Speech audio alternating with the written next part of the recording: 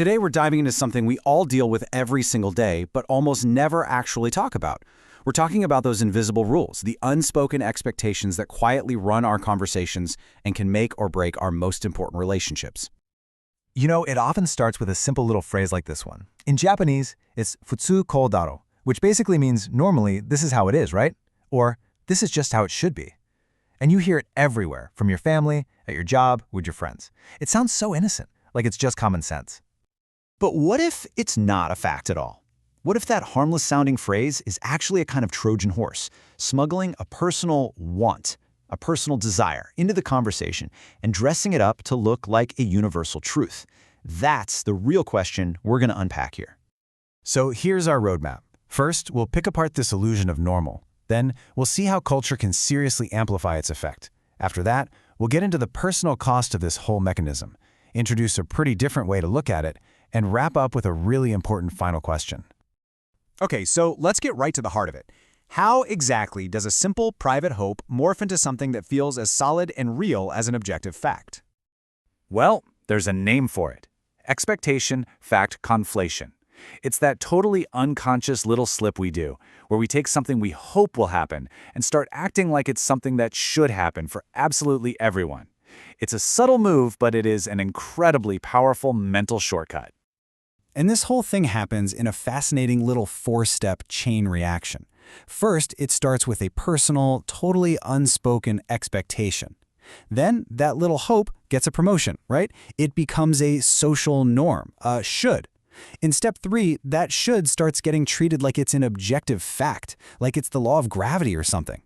And the last step, this is the critical one. Anyone who doesn't go along with this new fact gets classified. They get a label. They're weird or selfish or just wrong. Now, this kind of thing can happen anywhere, sure, but why does it seem so powerful, so amplified in certain cultures like Japan? What's in the air there that acts like a catalyst for this whole process? It turns out the cultural soil is just incredibly fertile for this. Think about it. In a high-context culture, you're expected to read the air, not say what you mean directly. Group harmony is often put way above clear communication. Then you add in really strong expectations based on your role, your age, your status, and pretty soon you have a system where just spelling out what you want is seen as aggressive or confrontational. And of course, social media just pours gasoline on the fire by rewarding everyone who agrees and piling on anyone who steps out of line. And here's the kicker, the real consequence of all this. When somebody doesn't meet your unspoken expectation, it doesn't just feel like a simple disagreement. No way. Because you've accidentally turned your hope into a fact, their action feels like a deep personal betrayal. It feels like they're just missing basic common sense. And this is where so much of the friction in our relationships actually comes from. So let's zoom in on a more personal level. Why is our gut reaction to label someone who's different instead of, trying to understand them? Well, the answer is actually pretty logical. It's all about saving energy. I mean, think about it. Really, truly understanding another person, their background, their reasons, their whole deal, that's hard work. It takes a ton of mental energy. So labeling them weird or inconsiderate, that's a cognitive shortcut. It's a way for our brain to just neatly file away the issue without doing all that heavy lifting of actually trying to understand. But that shortcut, it has a really serious side effect. By taking that easy route, we're actually committing a small act of violence. We're taking a whole, complex, messy human being and we're flattening them into a one-dimensional label. We stop seeing the person and we only see the box we've just put them in.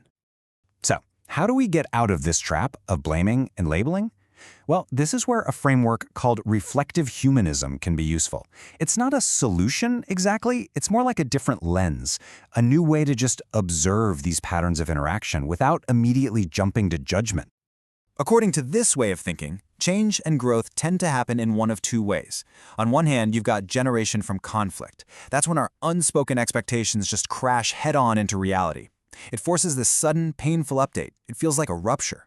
But then there's generation from inquiry, which is all about asking questions instead of having collisions. This lets us make these continuous, gentle updates.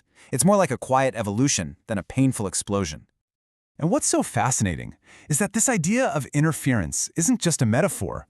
The framework sees it as this fundamental pattern that shows up all across reality.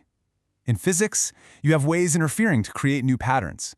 In information theory, Meaning only gets created at that point where a clear signal interferes with noise.